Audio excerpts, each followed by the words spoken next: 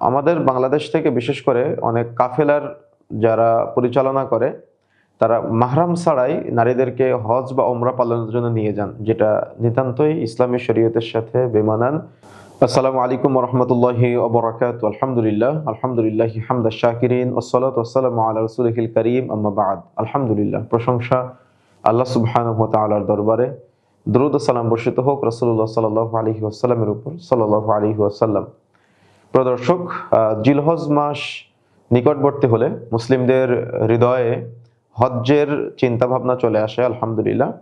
তো সর্বসাকুল্যে যখন মানুষ হজের প্রস্তুতি গ্রহণ করে, পুরুষের পাশাপাশি নারীদেরও মনের হৃদয়ের অনেক আশা আকাঙ্ক্ষা থাকে যে আমরা হজ ব্রত পালন করব।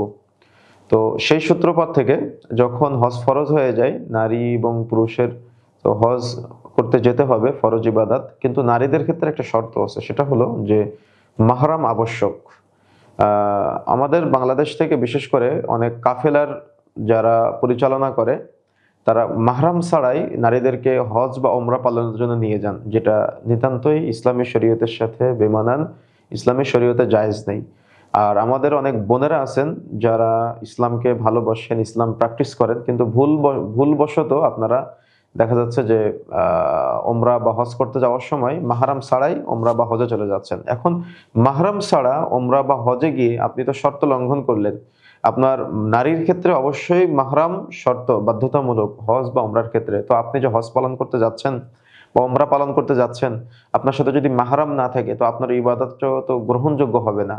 আপনি তো শর্ত পূরণ করতে পারলেন না। সেজন্য অবশ্যই আমাদের বোনদেরকে মনে রাখতে হবে, শুধু হজ বা ওমরার ক্ষেত্রে না, বাড়ির বাইরে যাওয়ার সময়, বাবার বাড়ি যাওয়ার সময়, যেকোনো প্রয়োজনে, আপনি যখন রাস্তাঘাটে যাবেন, বাজারে, শপিং মলে যাবেন, স্কুল, কলেজ, মাদ্রাসা, ভার্সিটি যেখানে যাবেন না কেন, সেখানে অবশ্যই মাহরামটা বাধ্যতামূলক। আপনি একটা বিষয় মানতে পারেন না, সেটা আপনার ব্যক্তিত্বের দুর্বলতা, তবে আপনি হাদিসের বিরোধিতা করবেন না। দেখা যাচ্ছে যে এই বিষয়টা ইসলামের একটা বিধান, এই বিধানের অনেক গুরুত্ব আছে। ব্যাপারে আলোচনা করলে অনেক লম্বা আলোচনা করা যাবে যে কেন ইসলাম এই গুরুত্বটা দিয়েছে বা বাধ্যতামূলক করে দিয়েছে। সুতরাং আমাদের দিনী ভাই ও বোন যারা আমাদের আজকে কথাগুলো শুনছেন ইউনাইট টিভির পর্দায়, আপনাদেরকে আমরা নসিহা করব যে আপনারা হজ বা ওমরা পালনের ক্ষেত্রে অবশ্যই মাহরামকে বাধ্যতামূলক হিসেবে সাথে নিয়ে যাবেন। মাহরামের সাথে না ছাড়া আপনারা একা একা হজ বা ওমরা পালন করতে যাবেন না। সেম একইভাবে বাড়ির বাহিরে যেকোনো প্রয়োজন মেটানোর ক্ষেত্রে যখন আপনারা অতিবাহিত হবেন, বাহিরে যাবেন, তখন অবশ্যই মাহরামকে সাথে নিয়ে আপনারা বাড়ির বাহিরে বের হবেন। তাহলে আপনি ইসলাম মানতে পারবেন। আশা করি বিষয়টা বুঝতে পেরেছেন। জাযাকুমুল্লাহ খায়ের। আমাদের সাথে থাকার জন্য আপনাদেরকে অসংখ্য ধন্যবাদ। আসসালামু আলাইকুম ওয়া রাহমাতুল্লাহি ওয়া বারাকাতুহু।